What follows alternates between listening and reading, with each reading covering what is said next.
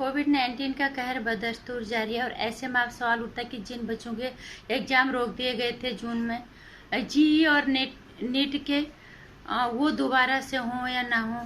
और कोर्ट ने फैसला दिया है इसमें कि एग्जाम होने चाहिए। सरकार भी इसके पक्ष में कि सरकार एग्जाम सितंबर में जो तय किए गए हैं वो होने चाहिए, रोकने नहीं चाहिए। नमस्कार, स्वागत है आपका मेरे चैनल नंदिनी जी में। मैं हूँ नंदिनी।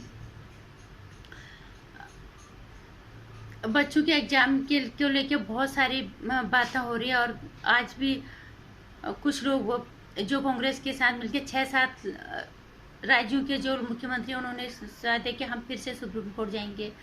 मेरे ख्याल से हम लोगों इतनी समझ इन लोगों को भी होना चाहिए। लाखों बच्चे जो है जी और नेट के एग्जाम में बैठेंगे और सबसे बड़ी चीज है कि पूरा साल खराब नहीं कर सकते। सरकार, सुप्रीम कोर्ट ने अभी पहले भी कहा था कि देश को क्या रोक दिया जाए। अपने आप को सो कॉल बहुत ज्यादा पढ़े लिखे कहने वाले लोगों को इतना समझ आना चाहिए कि हमें कोरोना काल के साथ जीना अब आना ही चाहिए। वो लोग कभी बाहर गए हैं, कभी गरीब लोगों को देखा है जो रेडी पटरी में छोटे छोटे चीजों करके अपना धंधा चला रहे हैं, अपना काम कर रहे हैं।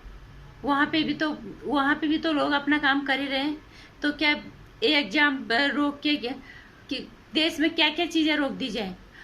अगले साल, अगर इस साल रोक दिया, अगले साल और इतने ही लाखों में और बच्चे ये एग्जाम इसके फॉर्म भरेंगे, इस एग्जाम में बैठेंगे और अगले साल के लिए कितनी दिक्कत होगी।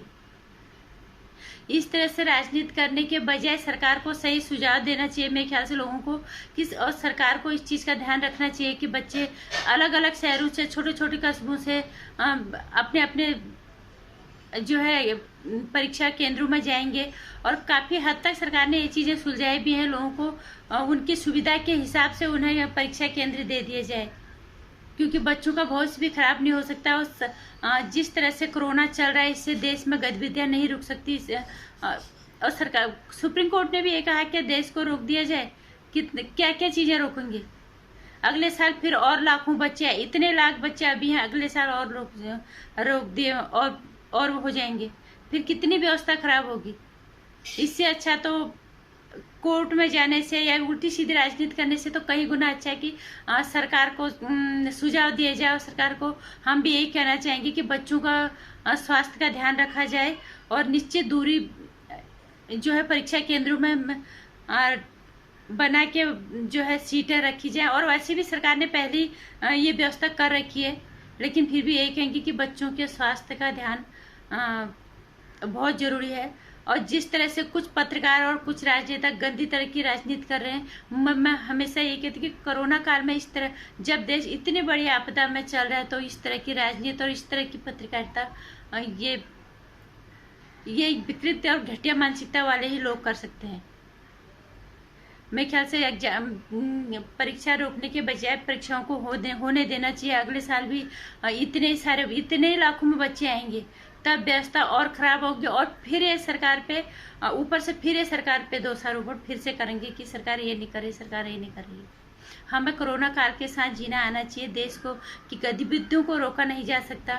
ये भी बच्चे भी हमारे देश का पार्ट है, ये भी हमारे देश का एक हिस्सा है। जैसे हर गरीब इंसान भी बाहर निकल के अपना काम कर रहा है, खा पी रहा है, वो भी अपना, उनको भी सतर्क होकर, संयमित होकर, उनको भी पता है हमें कैसे परीक्षा केंद्रों में जाना है, कैसे हमने अपनी दूरी बना के रखना है। अब 6 महीने हो गए कोरोना को, किस तरह से हमें बच के, कोरोना से बच के और सावधानियों के साथ अपने दिनचर्या को आगे बढ़ाना है, ये बच्चों को भी पता है। बजाय उल्टे सीधे राजनीति या गंदी तरह की मानसिकता फैलाने के बजाय सरकार को सुझाव दिया जाए और उन बच्चों को समझाया जाए कि तुम सतर्क होके अपनी परीक्षाओं की तैयारी करो और सही ढंग से अपने जितने भी कोरोना के नियम कानून है इनके पालन करते हुए अपनी परीक्षाएं दो, क्योंकि अगले साल फिर और इससे ज्यादा बच्चे शायद अगले साल फिर और आएंगे। हर जगह राजनीति नहीं होती, हर जगह गंदी तरह की पत्रकारिता बीच में नहीं घुसाई जा सकती। अगर बच्चों के स्वास्थ्य भी जरूरी है, बच्चों का भविष्य भी जरूरी है। तो इस चीज़ का ख्याल सरकारों को रखना चाहिए और सरकार रख भी रही है। और इस तरह का मेरे ख्याल से जिस तरह के दूसरे राजनीतिक पार्टी या कुछ घटिया तरह के पत्रकार इस समय उल्टी सीधे चीज़ें बयानबाजी दे के इसको माहौल को ख़राब कर रहे हैं, बजाय अपने आप को बहुत ज़्यादा पढ़े लिखे बताते हैं। जितना हम देख रहे हैं उनके वीडियो, तो उनको एक सही संदेश के साथ उनको सही राह दिखाई जाए कि हमें कोरोना काल के साथ जीना आना चाहिए। इस कोरोना काल जब अगर अगले 6-7 महीने भी अगर अगले साल भी ख़त्म नहीं हुआ तो फिर क्या करेंगे? बच्चों का भविष्य अधर में नहीं लटकेगा। हर जगह गंदी राजनीति नहीं होती, हर जगह गंदी पत्रकारिता नहीं होती।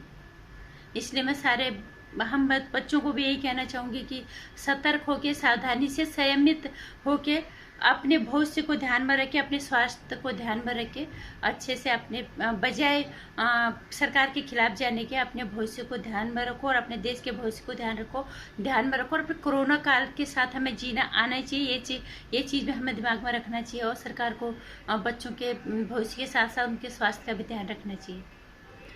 और ये जो गंदी तरह की मानसिकता वाले लोग राजनीति करें, गंदी पत्रकारिता करें, इन लोगों से बच के रहना चाहिए। नमस्कार। मेरे विचारों से इत्तेफाक रखते हो तो मेरे वीडियो को लाइक और शेयर करना, चैनल को सब्सक्राइब कर लेना। आने वाली वीडियोस के लिए जानकारी के लिए घंटी आइकन प्रेस करें।